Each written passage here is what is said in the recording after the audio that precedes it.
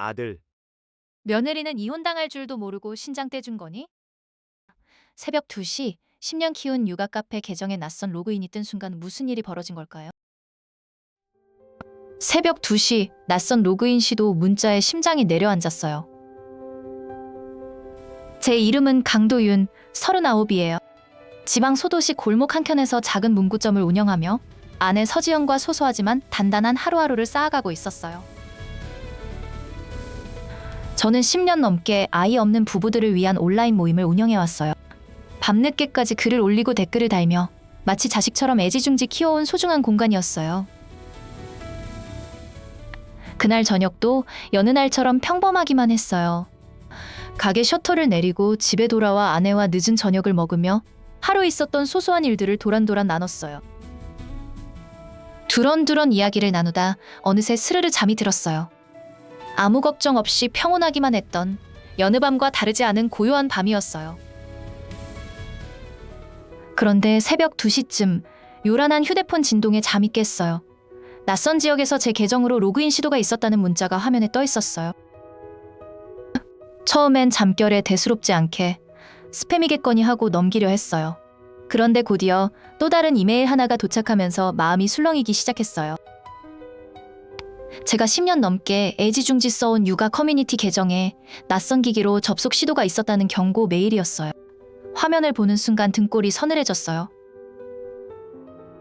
저는 잠이 확 달아나며 심장이 쿵쾅거렸어요. 옆에서 공이 자던 아내를 다급히 흔들어 깨웠어요. 제 목소리가 저도 모르게 떨려 나왔어요.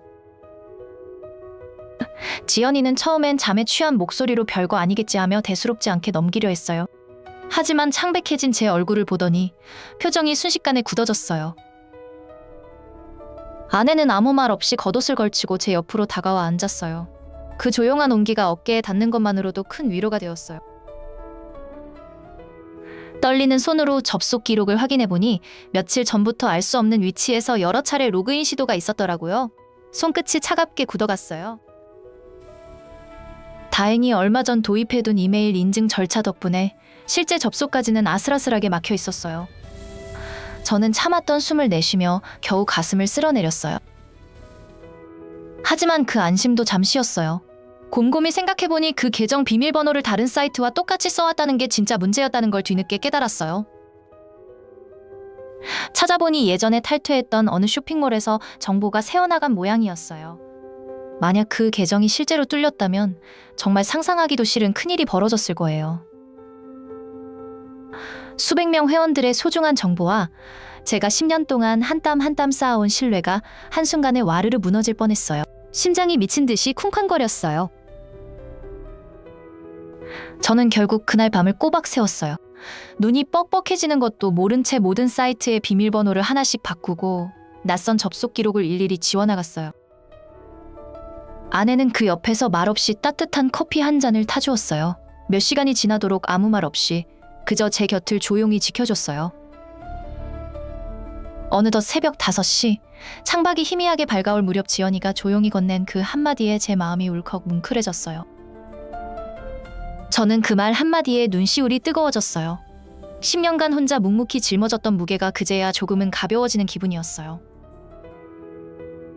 다음날 아침, 저는 모임 회원들에게 이 상황을 솔직하게 털어놓기로 마음먹었어요. 글을 쓰는 손이 떨렸지만 애써 용기를 냈어요. 혹시 저처럼 여러 사이트에 같은 비밀번호를 써오신 분이 있다면 지금 바로 바꾸시고 로그인 기록도 꼭 확인해보시라고 간곡히 당부드렸어요. 사실 저는 이 고백을 올리는 게 너무나 두려웠어요. 10년간 쌓아온 신뢰가 이 한 번의 실수로 와르르 무너질까봐 심장이 조여왔어요. 그런데 돌아온 반응은 제 예상과 완전히 달랐어요. 은주님이 남겨주신 따뜻한 댓글을 읽는 순간 저도 모르게 눈물이 핑 돌았어요. 다른 몇몇 회원분들도 이미 비슷한 일을 겪었다며 하나둘 댓글을 남겨주셨고 오히려 저에게 먼저 알려줘서 고맙다는 말까지 건네주셔서 마음이 뭉클했어요.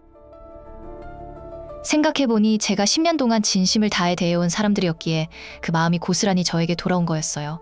참으로 다행이고 감사한 일이었어요. 일주일쯤 지나서야 사이트 운영진에게서 답변이 왔어요.